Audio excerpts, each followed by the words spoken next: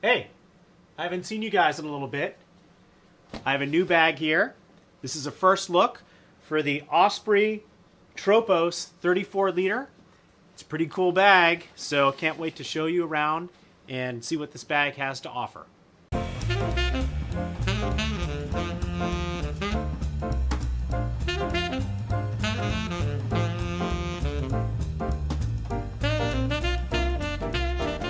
Okay, so this indeed is a 34 liter bag, and it comes in a variety of different colors. It comes in it's black, this one right here.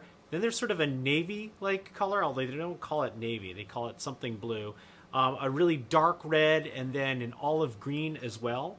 What's interesting about this is that even though it's a 34 liter bag companies don't really have a universal volume measuring system that they go by. For example, this bag right here, made by Air, is actually rated at 16 liters, and yet it really is about the same size as this 34 liter bag. And then we have something like this is a 28, this is a 26. So I think, I can't remember what this is. This is certainly under 28, and yet all these things fundamentally have the same volume. So you really can't go by what it is the manufacturer says the volume of a bag is. You have to really get the thing in hand. You should know that I basically look at any bag, if it looks like it fits the specs that I'm looking for, anything between 16 liters and 35 liters. I'm really attracted to this bag in particular because it has the same suspension system, similar suspension system as this Radial 26 made by Osprey. And this is one of my favorite bags because of that suspension system. So I was really hoping that this thing would be sort of right in line with that. And you should know that I did consider the 2020 version of this Radial, but the problem is that the new Radial doesn't have a separate compartment that you can access with a separate zipper for the laptop. So it's the main compartment houses a little pocket for the laptop, but you have to unzip the main compartment to get access to the laptop, something that I consider to be not very convenient. So it really is much better to have a separate laptop compartment with its own zipper and own separate access point. So anyway, let's take a look around this pack and see what it has to offer, and then see if it really does measure up to the kind of pack that I really envision for a great pack that I'd use every day. Sorry to say that my knee is bothering me like you can't even believe, so I'm just going to sit down for this show around here. Couple things that I want you to note here is that it really has a nice black color to it, and very importantly, the logo is really subtle, and I appreciate that tremendously because, as many of you know, I use this bag, or I will use any everyday carry bag for my job, not just for the weekend jaunts. And I need to have something that's sort of more subtle and professional looking, and this certainly does fit the bag in that regard. So let's take a look at the front of the bag and show you the pockets, and then I'll go to the sides, the back, and then into the interior. So first thing you'll notice here is that there's this sort of polyester-like material. It's stretchy, and there's a zipper that's going right up the middle. It's a really nice slash pocket. Now, of course, it's also a really nice slash pocket for a thief to potentially take something out of here. So you got to be careful about what you choose to put in there.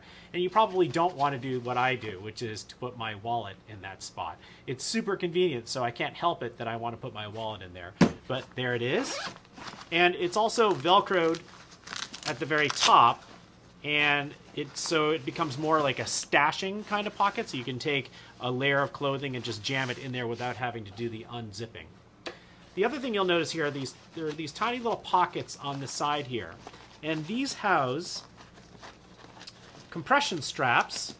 I really think it's nice that they have their own little doghouse there. They house compression straps that you obviously don't have to use if you don't want to, but are there and available to you if you want to use compression straps. And these will connect up to the other end of the buckle there in the upper corner there, and really does a nice job of cinching everything down and compressing the bag if you want. You'll notice here that the bag looks a little bit pregnant, and that's only because I have it stuffed to the gills with stuff at the very bottom, as you'll see in just a moment. It doesn't always look like this. In fact, it does collapse fairly nicely, despite the fact that it has what Osprey calls their kickstand, which is the ability for it to stand on its own. It has an internal frame that can swing out to allow this thing to be able to stand very sturdily, as you can see, on its own. All right, so let's continue to take a look here. Let me unclip these. In this front compartment right here, this is where you have an organizer panel. And so you can see I have some earbuds in here, my iPhone, my keys, tissues, meds, floss, Dramamine, all that kind of thing. A pen. I normally would keep my Apple Pencil in here as well. Okay, so that's nice. It's a simple organizer panel, but it works. It works pretty well. And then just behind that is a quick access pocket, and this is where I keep my sunglasses. And it has a fabric that doesn't scratch things, so it's not quite a felt, but the claim by Osprey is that it won't scratch your glasses or your phone. Okay, so there's the front. At the very top here, you can see we have a nice handle. This handle also serves, since it's far enough to the back here, it can serve as the way to hook this to the wall if you want to hold this thing up high on a coat rack. And you'll see on that side that's facing you, there is a nice stretch pocket here, and it's big enough for you to be able to fit a water bottle. You can see I have my 21-ounce Hydro Flask in there. I probably could put, because it's so deep, I could safely put my wallet into there. But again, there are security issues when you do something like that. And there is a compression strap here at the bottom for that as well. All right, so let me flip this over onto this side so you can see the suspension system. You can see here that we have that trampoline. I think what do they call it? Something like, oh wait, it says right there. It's called the Airspeed. Maybe. I'm not sure if that's what it's called. But anyway, there's this great trampoline here to allow for maximum airflow. So only this mesh sinks against your back. And what's really nice about it is that because it has this frame and because it has this trampoline, it really is, it's super easy to carry heavy loads with this thing without feeling like it's a tremendously heavy load. It's so stable and comfortable on your back.